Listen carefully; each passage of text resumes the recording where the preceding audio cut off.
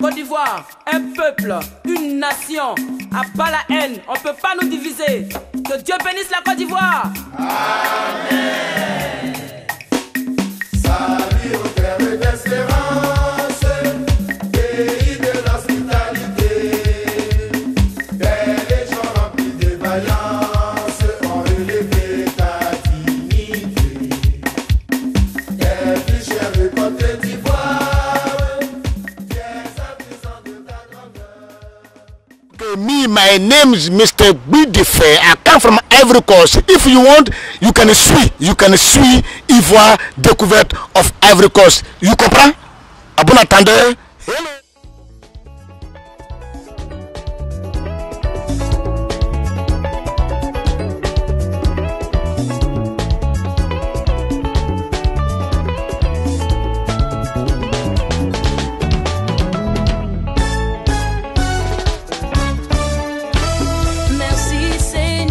Merci Seigneur pour tes bienfaits.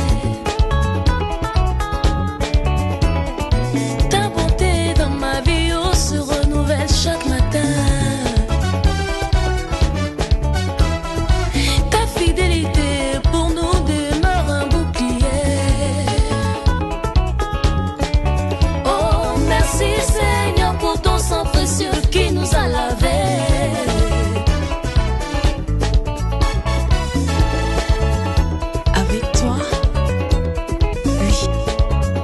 Nous espérons un avenir meilleur. Oh, Jésus-Christ de Nazareth.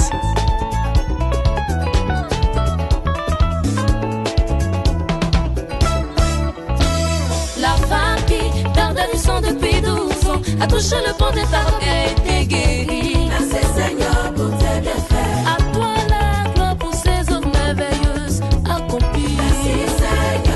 Merci Seigneur pour tes bienfaits. Dans ma détresse, c'est à toi que je m'adresse et tu m'exauces du haut des cieux. Merci Seigneur pour tes bienfaits. Nul ne peut t'égaler mon Jésus. Nul ne peut t'égaler mon Jésus. Nul ne peut t'égaler mon Jésus. Nul ne peut t'égaler mon Jésus.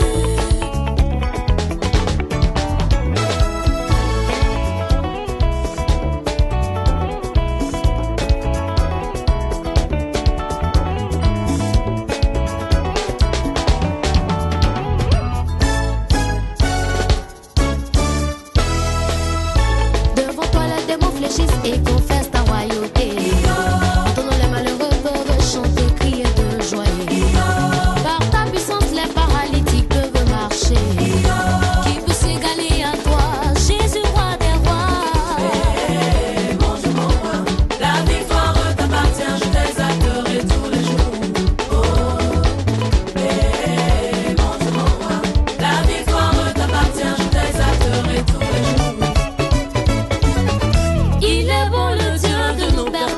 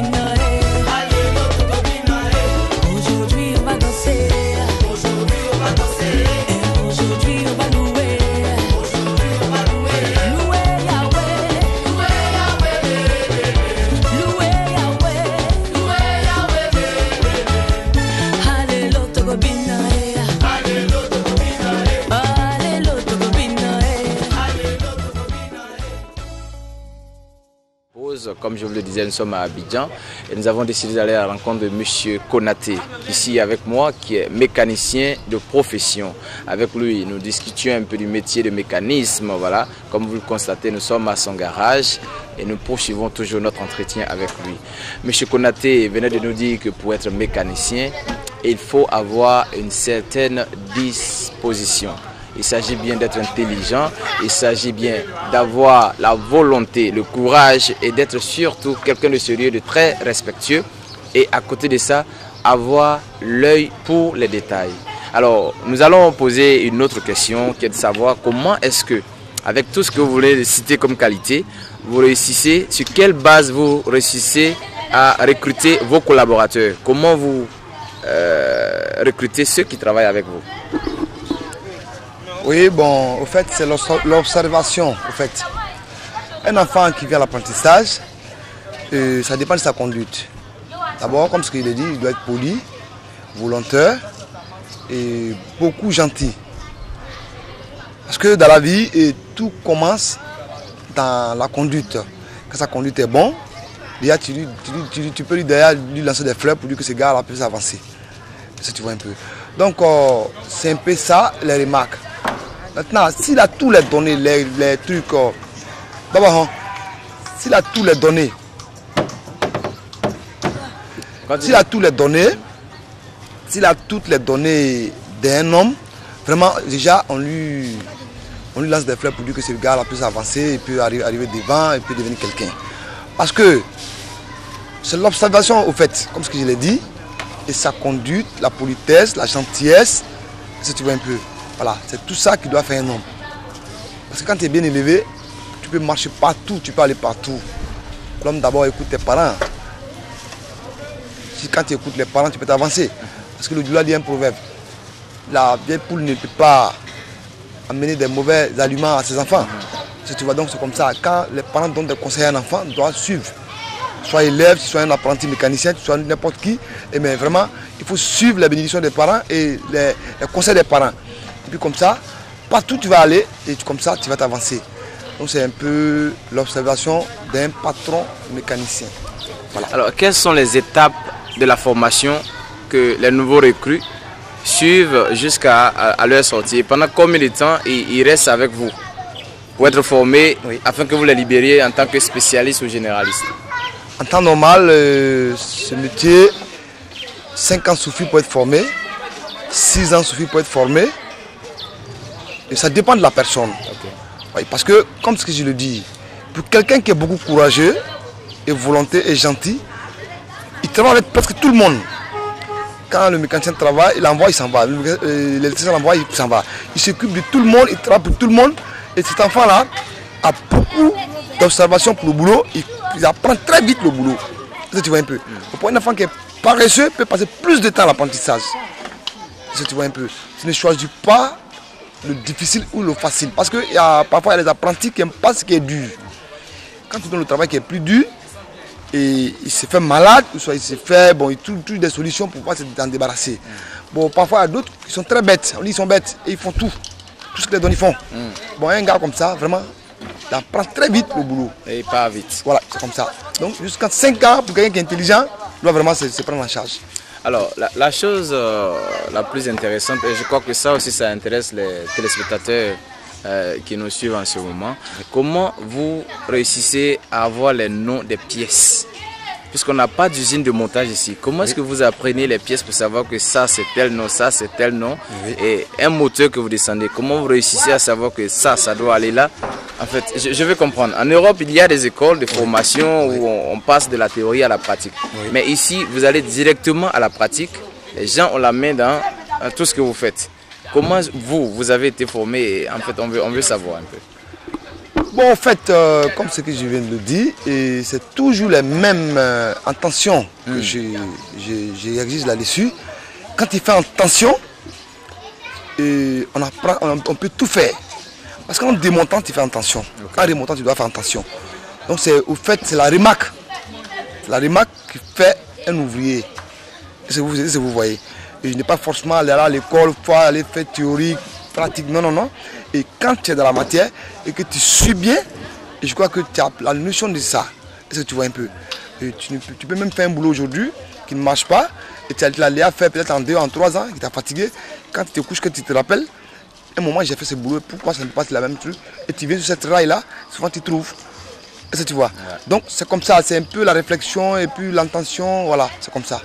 Est-ce que vous payez vos nouveaux recrues, je veux dire vos élèves apprentis? Est-ce que vous les payez? En temps normal, en Afrique, ou c'est eux qui vous payent pour en temps venir normal, apprendre? c'est eux qui doivent nous payer. Okay. Parce qu'en Afrique, les boulots ne sont pas payés comme il se doit. Et les enfants, quand ils viennent, ils doivent payer un droit. Nous, par exemple, on a payé 90 000 pour apprendre. Pour toute l'année ou toute la formation? Toute la formation, j'ai fait. Qui dure 5 ans? Moi, j'ai fait 8 ans d'apprentissage. Okay. Et avant de commencer, j'ai payé. Ça, c'est avec les parents, hein? Oui, avec les parents, j'ai payé 45 000. Même avec les parents? Oui, non. J'ai commencé avec mes parents, j'ai continué ailleurs. Ah, d'accord. Moi, je suis d'une famille mécanicien. Ouais. Mais de là, je suis allé encore apprendre ailleurs. Parce que c'était ma famille. Et là-bas, on trouvait que j'étais un peu discipliné. Je ne respectais pas les actes. Donc on m'a levé, on m'a décalé un peu pour aller apprendre ailleurs. Donc là-bas, j'ai fait 8 ans d'apprentissage. Pendant les 8 ans, j'ai payé 45 000 d'avance. Et quand je suis sorti à l'apprentissage pour me remettre mon certificat, ils m'ont demandé le reste d'argent. Et mes parents ont payé les 45 000, ça m'a coûté 90 000 francs. Voilà, l'apprentissage. En temps normal, en Afrique, c'est les enfants qui apprennent, qui payent pour apprendre. C'est ça.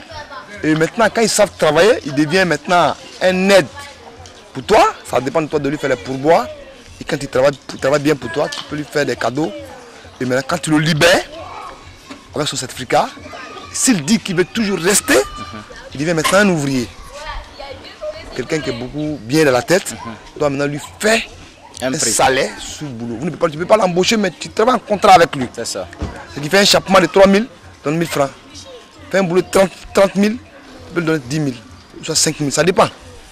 Il est ouvrier, ton ouvrier, mais tu es son patron, donc il va obéir toujours à ce que tu dis. Parce que parfois, d'autres que tu libères, ils disent non, je ne suis pas prêt, je vais rester avec toi. Mais pour quelqu'un qui est conscient, vraiment, ces gars-là, respecte-le. C'est ça. Donc, donne-lui un peu, pas comme les autres apprentis maintenant. Voilà. Parce qu'il y a souvent des apprentis, tu vois que tu dois le laisser, obligatoirement, parce que sa conduite, vraiment, tu vois que tu dois le laisser. Voilà, tu dois le laisser. Maintenant, quand tu dis qu'il doit rester, maintenant tu as les actes que tu dois lui montrer, tu dois suivre des conditions. C'est ça. Pendant ces conditions-là, tu dois des pourboires pour qu'au moins il t'obéisse. Voilà. Alors, M. Konaté, quelles sont les difficultés liées au métier de mécanicien? Quelles sont les difficultés que vous rencontrez pendant la formation et quand vous avez fini en tant que professionnel dans votre garage tous les jours, quand vous recevez une voiture sur laquelle vous travaillez? Quelles sont les difficultés liées à ce métier? Bon, les difficultés, bon, c'est au fait les petits accidents du travail. Hein. Parce que souvent, nous... Accident corporel pour vous-même? Souvent, bon, le carreau se casse, les petits vols de pièces, comme ce que je l'ai dit. Okay. Ça, c'est sur la voiture. C'est les enfants qui travaillent avec nous, souvent, c'est pas sérieux. Et un boulot, tu as 80 000 francs d'intérêt. Si tu casses un carreau, tu vas aller payer le carreau à 70 000 pour monter, soit 50 000 pour monter. Totalement, si dans le mois, c'est le seul boulot que tu dois avoir, et là, c'est les problèmes qui ont commencé pour toi. Alors en temps normal, si tu as bien fini le boulot, que tu as les 80 000, tu pourras vivre de ça jusqu'à un mois. Alors un mois, s'il y a un autre boulot encore, tu vas survivre toujours. Et les difficultés, à part ça, c'est aussi la clientèle. Souvent c'est lent, souvent c'est rapide. Quand c'est lent, c'est la souffrance. Mais quand c'est rapide, c'est le stress. Tout le monde veut qu'on fait pour lui en même temps. Donc vraiment, on n'a pas de repos, on n'arrive pas à se reposer. Et parce qu'on n'est pas installé, on n'a pas les moyens. Vous travaillez en moyenne combien d'heures par jour? Il n'y a pas d'heure fixe. Vous commencez généralement à quelle heure? C'est normal, quand on vient à partir de 9h30, on commence le travail. Pour finir à quelle heure aux environs? Au moins 18h. 18h, 18h30. Mais ça dépend du boulot. Quand c'est des grands boulots, on respecte un peu les heures. Mais quand c'est un bricole qui est venu pour qu'on fasse un travail rapide, on peut laisser même rester jusqu'à minuit pour pouvoir libérer la personne. Et demain, on reprend le travail. Il y a ça aussi qui est là. Ce que nous appelons les dépannages, là, on appelle ça les bricoles. Quelqu'un vient, son échappement est coupé ou il a une panne, bon, tu vas le dépanner automatiquement, puis il parte. Son réservoir est percé, un truc comme ça, bon. Il faut que tu le fasses rapidement pour que lui gagne temps, c'est comme ça. Et donc en moyenne, c'est combien de voitures sur laquelle vous pouvez travailler par jour, en moyenne? Bon, si ça dépend du personnel que tu as. Pour ce que vous appelez un travail sérieux, pas le bricolage. Une seule voiture par jour. Une seule voiture par jour. Et vous mettez combien de temps pour travailler sur une voiture sérieuse? Trop concentré, 4 h 5 h. Oui, trop. Parce qu'on ne peut pas être concentré ici avec le téléphone, les appels, les courses, les achats. C'est pas possible. Trop, 5 h, 4 h. Là, tu as gagné en temps ces jours-là. Mais c'est pas facile d'avoir 4 h du temps même de concentration parce que avec les appels de téléphone, avec les achats des pièces et avec vraiment, c'est compliqué. C'est compliqué parce qu'on n'est pas du tout organisé et on intervient sur tous les fronts. Sur tous les fronts et toi seul tu ne peux pas. Donc c'est difficile. Oui. Amis d'Ivoire Découverte, M. Konaté est notre invité. Pour tous ceux qui nous reçoivent maintenant, sachez que nous sommes bel et bien aux abords de la lagune Ébrié, comme vous le constatez. Nous sommes dans un garage. Nous discutons avec le responsable de ce garage. Permettez que nous soufflions encore en musique et restez surtout connectés jusqu'à la fin de cette émission car nous n'avons pas fini.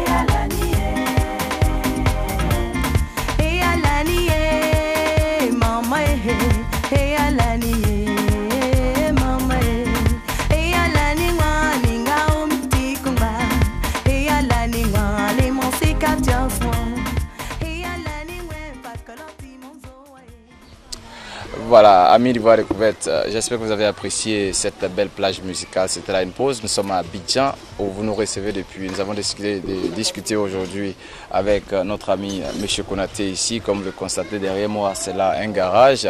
Il est garagiste de profession, mais ce qui nous a amené à ce monsieur, c'est qu'il a la capacité de transformer des véhicules comme celui-là qui nous vient de l'Angleterre en un véhicule qui peut rouler en Côte d'Ivoire. Voilà, en Angleterre, les volants c'est du côté droit.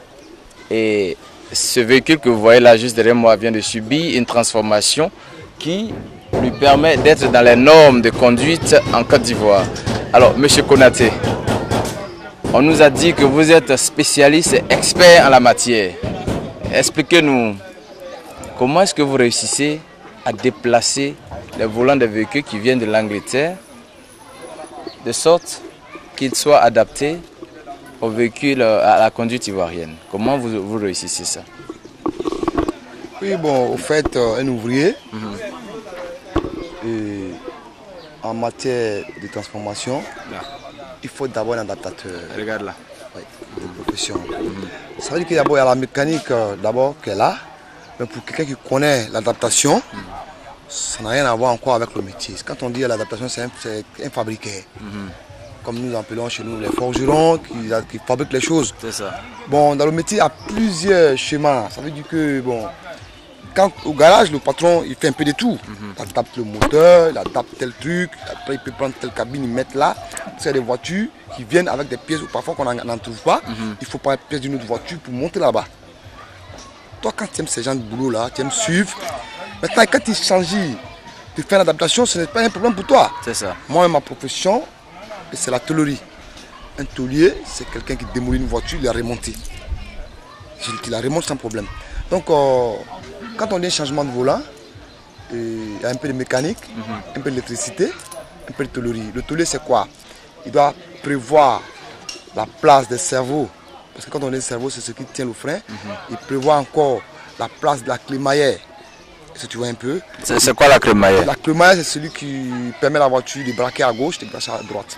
Ok. La crémaillère, C'est une liaison entre le volant celui qui est lié au volant et les pilier. 4 roues. Oui. Ok. Celui qui est lié au volant et les deux pinés avant, qui fait braqueur, et le volant à gauche, à droite. C'est ce qu'on appelle la crémaillère. Maintenant, le cerveau des freins, ça c'est ce qui fait arrêter une voiture. Et là, c'est la pédale de frein qui est connectée directement sur le cerveau des freins. Elle est fixée aussi sur la poitrine de la voiture. Il y a une tôle devant qu'on appelle la poitrine. Donc là, nous faisons tous ces trous. Et l'amérage aussi est fixé sur la poitrine. Donc tous ces trous-là, le tôlier doit les retracer à gauche et les repositionner. Et maintenant redémonter. Et le peintre passe, fait la peinture de sa soudure qu'il a fait. Et après le peintre, le mécanicien vient faire son montage de crémaillère, pédale, tout. Et quand le mécanicien finit, et l'électricien vient maintenant faire allonger des fils qui sont courts à droite pour venir à gauche. Et après tous ces deux groupes-là, et après le peintre, après le tôlier, le peintre, après le mécanicien, après le mécanicien de l'électricité, l'électricien finit d'allonger, il monte le tableau, celui qui fait la finition. Et après d'avoir fini de monter le tableau, et nous passons maintenant aux hommes de clim. La climatisation. La climatisation, et parce que nous on déconnecte presque tous les vapeurs. C'est-à-dire que les vapeurs, les tuyaux sont déconnectés. Donc quand nous les remontons, et on met le gaz pour voir est-ce que ce qu'on a fait, ça tourne, le clim peut tourner toujours. Donc c'est celui de clim qui fait et le dernier travail. À part ça maintenant, nous partons maintenant chez des véritages qu'on appelle parallélisent, qui fait contrôler la roue, les deux roues, c'est son droit. Si c'est pas droit, ils mettent ça droit. Maintenant, on passe au lavage. Et le propriétaire essaye sa voiture, s'il y a des pannes, ils reviennent, on corrige. Alors, on va préciser quelque chose. Il y a deux types de voitures que vous recevez ici. Oui. Des voitures dont on a besoin d'avoir carrément un nouveau tableau de bord. Oui. Et des voitures dont on n'a pas besoin de tableau de bord. Alors, c'est quoi la différence? Généralement, quelles sont les voitures qui n'ont pas besoin de tableau de bord et quelles sont les voitures qui ont besoin de tableau de bord, par exemple? il y a les Range Rover, les Land Rover. Comme Land Rover, celle-là, ceux-là n'ont pas besoin du tableau de bord parce que c'est prévu. Ok.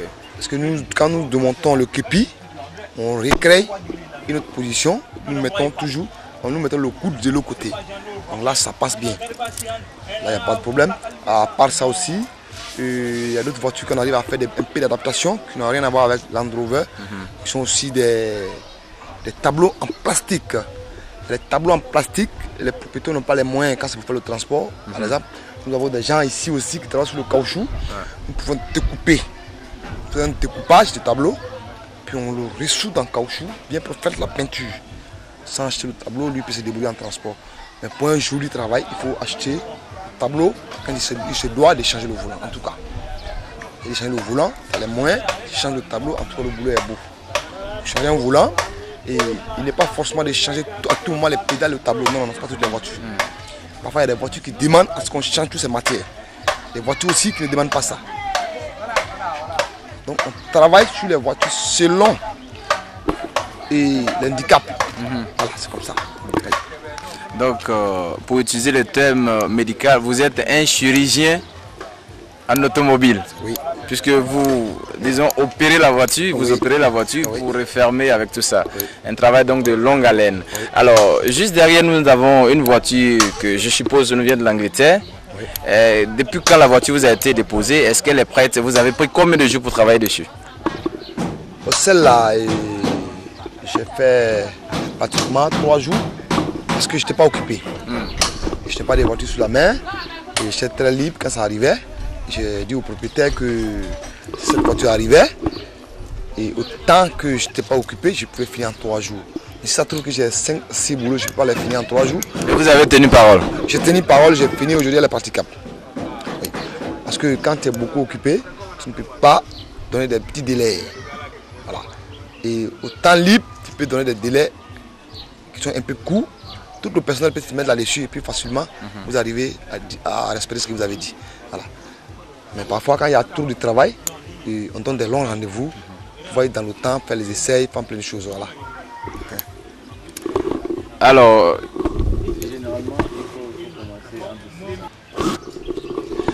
Monsieur Konaté, pour un travail comme ça de longue haleine, nous sommes tentés de savoir combien est-ce que vous exigez aux clients, combien vous demandez. Un travail comme ça pour transformer un volant de la droite à la gauche, il faut combien aux clients? Bon, le plus moins cher c'est 400 000, de 400 jusqu'à 1 million parce que ça dépend du matériel. Toutes les voitures n'ont pas les mêmes prix de matériel. Okay. Ouais. Le plus moins cher peut descendre jusqu'à 400. Il faut un bon boulot en tout cas. Et ça c'est pas à débattre, c'est pas à discuter. Bon là 400 ça c'est des prix forfaitaires. Ça c'est des gens qu'on connaît, sur un temps normal. Et sur le marché, il y a des matériels qu'on n'arrive même pas à gagner souvent en Côte d'Ivoire. Il faut aller sur le Ghana, tout ça. Donc il faut un prix. Ça occasionne des frais de déplacement. Des déplacements souvent, voilà. Donc c'est un peu coûteux. C'est coûteux parce que le matériel, il faut le trouver comme il se doit pour pouvoir faire un bon boulot. Ouais, c'est comme ça. Amis d'Ivoire Découverte, voilà, nous sommes avec M. Konaté. Pour tous ceux qui sont dans l'import-export, vous avez un véhicule qui a besoin d'être adapté. Une seule adresse, c'est bien celle de M. Konaté que nous allons tout de suite afficher à l'écran. Comme lui-même il est à côté de moi, je vais lui donner la chance de s'adresser à la diaspora. Il se pourrait qu'il ait besoin de certaines connexions ou des gens avec lesquels il veut travailler. Donc M. Konaté, oui. Voilà, adressez-vous à nos chers téléspectateurs de la diaspora. Est-ce que vous avez des besoins particuliers que vous voulez exprimer? Vous êtes déjà mécanicien, vous avez votre garage, mais est-ce que vous voulez travailler en collaboration avec certains de nos frères là-bas? Oui, ça c'est forcé. Nous sommes tous dans les besoins de collaboration. Parce que là, le boulot c'est quelque chose qu'on est lié à ça. On est obligé de travailler. Et s'il y a aujourd'hui des confidents qui veulent nous approcher, vraiment on peut travailler en collaboration. Parce que vous voyez, parce que ici c'est l'Afrique, c'est la pauvreté, tout le monde a besoin de voitures, tout le monde a besoin de travailler. Si quelqu'un veut faire venir des voitures, qu'il a mon contact, fait venir, on s'explique de la condition, même s'il n'a pas les moyens de les changer, et s'il a 2 ou 3 voitures, on peut trouver les clients, des gens qui peuvent l'aider à faire sortir, et comme ça nous aussi on gagne du travail. C'est ça. Tu vois un peu. Voilà, donc tout ça, ça fait pas du boulot. Parce que si lui, il doit venir les voitures, il doit faire sortir au port, il doit changer, c'est compliqué. Et il a mon contact, et moi je peux aussi faire sa publicité. J'ai quelqu'un qui va venir des voitures et il la vend, et avant qu'il avance, il peut te donner, voilà. Puis comme ça, on cède toutes les sens quoi. pouvoir avancer. Voilà. Alors, une dernière question. Une voiture comme ça, au finisseur de la transformer, elle est vendue ici à combien? Ça dépend de la valeur, parce que ici, c'est les voitures, c'est un problème de temps. Les voitures de mode, quand une voiture est en mode, il y a un prix qui est connu sur